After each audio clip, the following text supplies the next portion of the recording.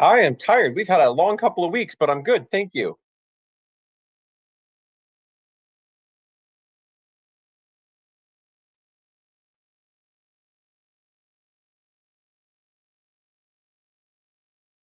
So we have, as you know, when always, I've always got like a million things and projects going on. And this last couple of weeks, we're adding some keeper gates to the outside of the Katofer animal building habitats because the keepers have spent the last however many years crawling through shift doors to service those outside habitats. We are working on adding safety lighting and electrical to that Katofer building as part of a grant as well. And when some contractors were doing some trenching last week, about 20 minutes before our show, one of the utilities outside the zoo was hit. And so we had to shut everything down. We had to get everybody out of the building just to make sure everything was safe, check the animals, check the lines, call in all the various companies and that. And that took us a good hour and a half to get all sorted out. But it's one of those things you just deal with. It can happen to any of us. But every day is a zoo, Seth. Every day is a zoo. Uh-huh.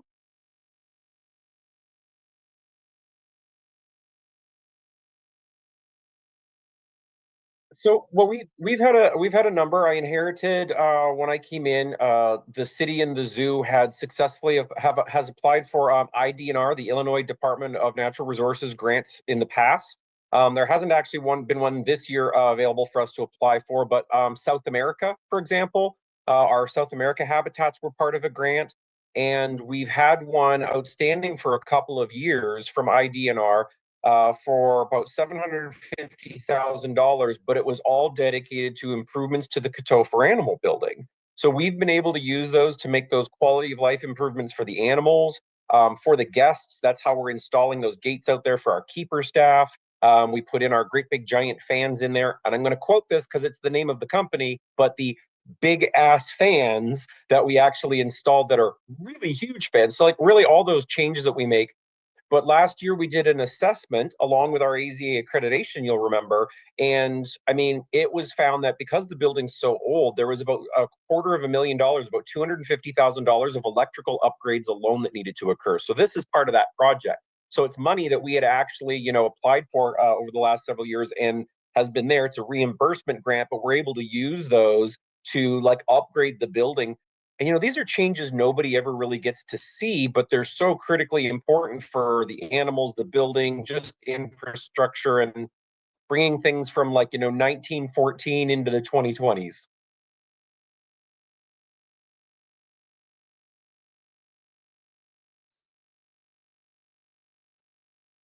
Nothing else happened. We just hosted our biggest annual fundraiser. Like, we had brews at the zoo. Great turnout on that Saturday. About 800 tickets sold. I don't have the exact number, but the society reports that they brought in probably well over $30,000, and that's the final event that was fundraising for our into our next thing, new sloth habitat, which we had the grand opening and the ribbon cutting for last Friday. We had the mayor here, the city manager, it was a great. The donors were here. It was a great, just small, intimate, but a great event that got everything kicked off last Friday. And we've been dealing with it, for the last, week and a half, making sure everything was going well before we wanted to announce it and not pull away from the sloth. But we announced that we had a baby giant anteater born, and so the last couple of weeks, there's been a lot at this little zoo.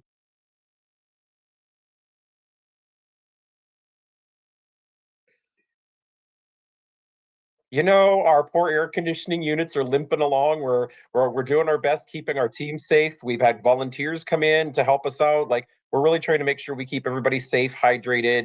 A lot of water, a lot of Gatorade, a lot of breaks, a lot of ice, everything we can do to make sure everybody stays safe through this.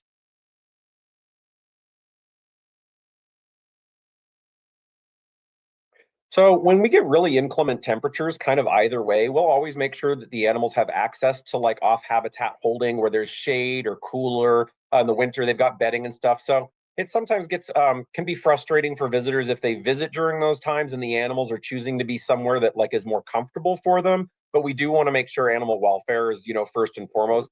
We'll provide them ice packs for smaller mammals. We may put little tiles in the freezer and then pull them out so they can lay on those. We'll leave piles of ice in places. There was a lot left over from Brews at the zoo. We put up fans, we put up misting units just everywhere throughout the zoo so we can try to improve the comfort of, visitors, animal staff, everyone.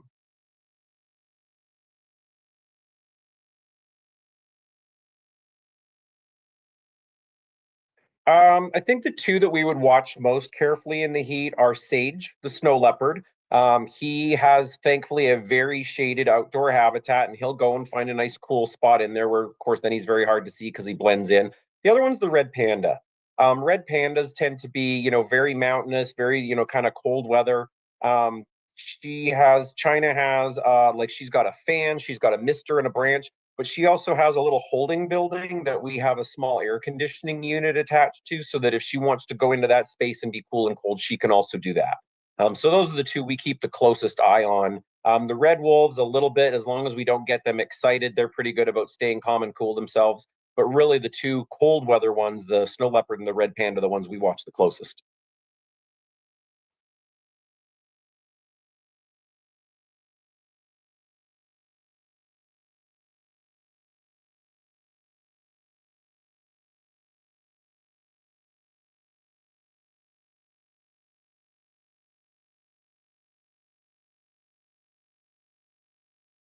Yeah, our big black half Rottweiler mix, who looks like a giant lab, he likes to camp out most days and just lay over top of his favorite air conditioning vent in the kitchen. So we do the same thing for him.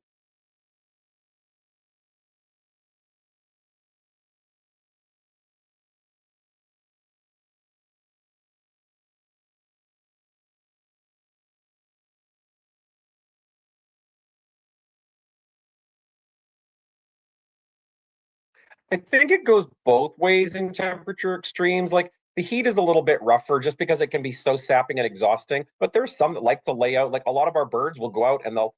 Sometimes it's horrible, Seth. Like a bird will go out and flatten itself and look like it's dead. Like we get reports from guests that something's wrong. One of our birds is dead because they'll lay flat out with their head at a weird angle and their wings out, but they just will sit out there and absorb and soak in that sun. And so I think that kind of generally surprises me a lot. I think the other extreme, the cold weather, you'll get some animals outside in the snow that are having a great time or enjoy the cold once in a while where you just wouldn't expect it. And as long as they got access to heat, we're good. But yeah, it's usually in this heat, it's the birds that'll take full advantage of that and scare the heck out of you.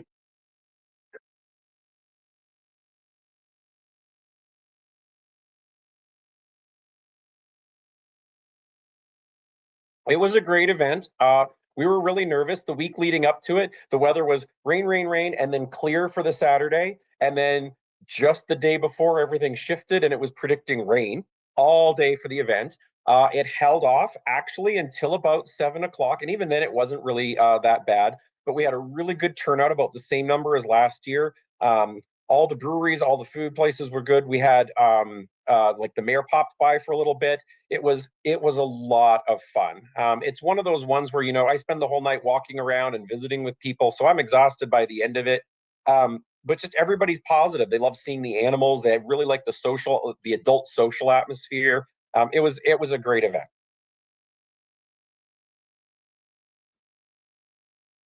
So this year's project at the society, so the society hosts the three major fundraisers every year.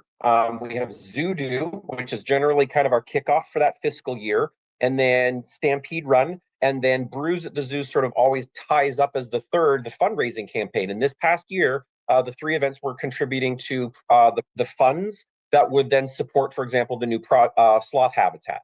So the society and the donors through the society, completely funded that new sloth habitat that's in the rainforest through all these. The next project we're going to be working towards, we're focusing on identifying if we can build the hornbills, our new hornbills, Morticia and Wednesday, their own netted in enclosure that's attached to one of our permanent holding buildings so they can have year round access as well. And we don't have to necessarily rotate them. So that'll be on the docket. So this year's Zoo Do will have a new theme and be pretty exciting. But yeah, this year was sloth. Okay, so I'm gonna say her. Her name is Taco. She came to us from the one of the zoos in Boston, Franklin Park Zoo, part of the zoos New England. And I put it in quotes because all of her records and initial identification says that Taco is female, But on a veterinary exam that our vets did with an ultrasound, there was some potentially suspicious tissue in there. They have internal organs that may indicate that they are a male. So without further DNA testing, which we have not done yet, we're kind of going the they them right now route right now. So Taco's supposed to be a she. We're all a little suspicious. Doesn't matter. Everybody, loves her, them hanging out right now in the habitat. So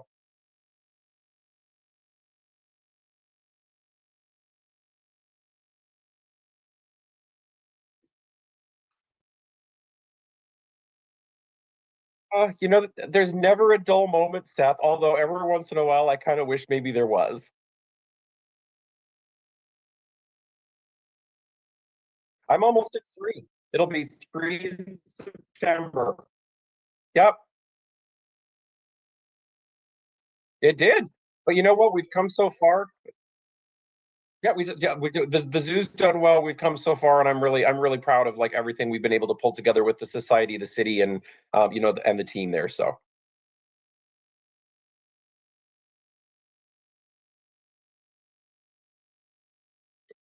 we've got the recently updated webpage on the City of Bloomington's site. You can also check out Facebook, social media, and Instagram for Miller Park Zoo. And then you can also check the Miller Park Zoological Society's website and social media as well.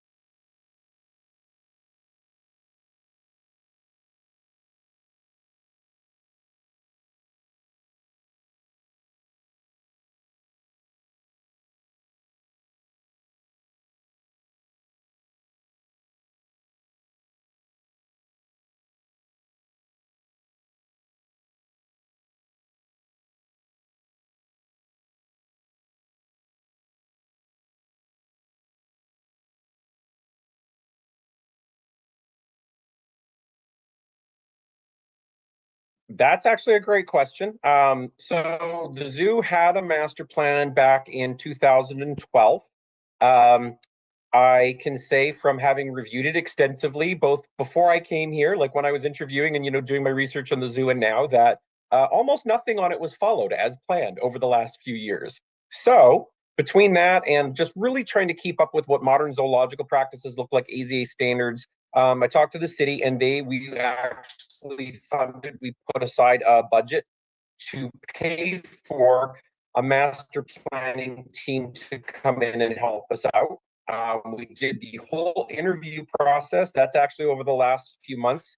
We had companies across the country, actually even one Canadian company familiar with zoo and aquarium, kind of design and planning. The successful organization was the Lamar Johnson Collaborative, LJC. And so we're starting working with them, and they will be actually pairing with the people that earn the company that earned the Miller Park master plan as well is Confluence. And so we're going to kind of synergize the two of those. The project lead from LJC actually came to Brews at the Zoo. I sent her a ticket, and she and her husband came, I believe it was St. Louis. I'd have to double check for sure. But drove up, stayed up here, like came to see the zoo, see how an event like felt like, really get a good handle on it. And we have been over the last few weeks, they have put together some surveys, which we've been sending out to staff, stakeholders, board members to start filling out and complete for what they think that their vision for the zoo in the community might look like. And they are going to, the deadline for those surveys was tomorrow. And then they're going to compile that data that they've received, and they're going to come visit us in a couple of weeks. And we're going to have the first of our planning meetings. This is going to be public engagement. We're going to start really working at getting the community involved in what they believe and what they want, the zoo to be in the future. And then that will shape what that next master plan looks like, which within probably by the end of the year, beginning of next year, we'll have a new master plan to be able to share with everyone.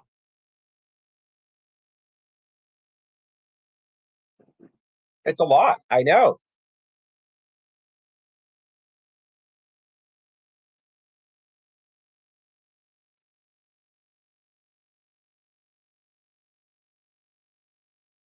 Oh, Seth, this zoo. Well, it's got a few newer buildings. Most zoos deal with this. There's regions of the zoo or buildings that are historic or older building. We have a lot of those. I mean, honestly, like we got some of our newer ones, like South America, the DeBraza building, which will be fine. Um, and I kind of look at the zoo right now, and this is my perspective. Like we'll get like all of our team and the city, and of course the professionals involved. But the last 2 years when we've had AZA accreditations, they've really focused, for example, on the end where the wolves are. We still have 3 habitats that are the old school, like wood posts, wire around them. Like we make them complex as best we can for the animals, but they have no holding space. They're not modern. And so for me, those personally are the priority. But then you look at the other end in the Coteau for Animal building, those are also really old school habitats as well. And then the whole middle part of the zoo is one building attached to a bunch. So like we've really got, I think, 3 major zones for me that we'll focus on. I think for us, probably around wolves, the wooden wire ones, because those have been indicated in the past by AZA that those definitely do not represent modern zoological standards. They'll be the priority. But that's why we're bringing in this team to really kind of help assess based on standards, the quality of how these habitats are right now and what the community wants to see. They'll help us kind of figure that out. But that's where I think those are my priorities.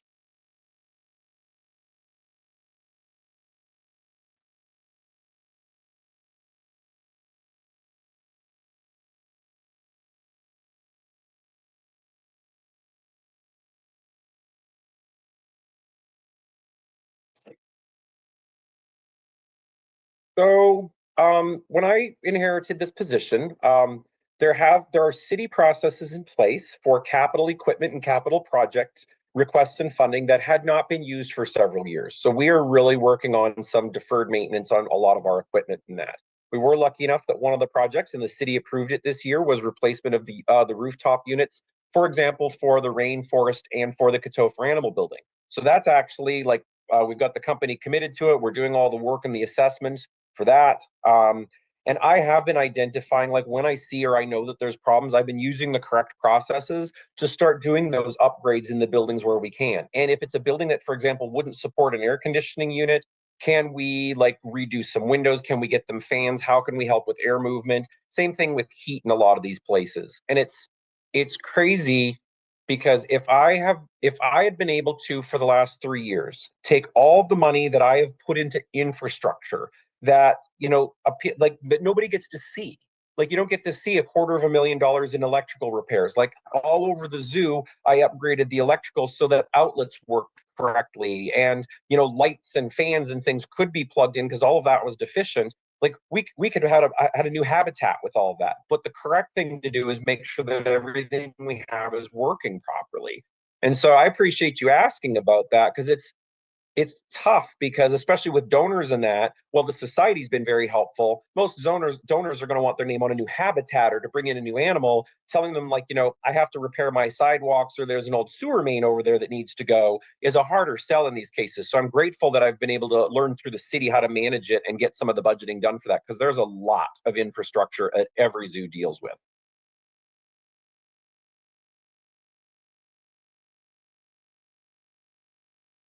Absolutely. City of Bloomington webpage. You can find the zoo's page on our website. You're going to want to go to the Miller Park Zoo social media, either Facebook or Instagram. And as always, the Miller Park Zoological Society supports us, and they have both their webpage and their social media as well.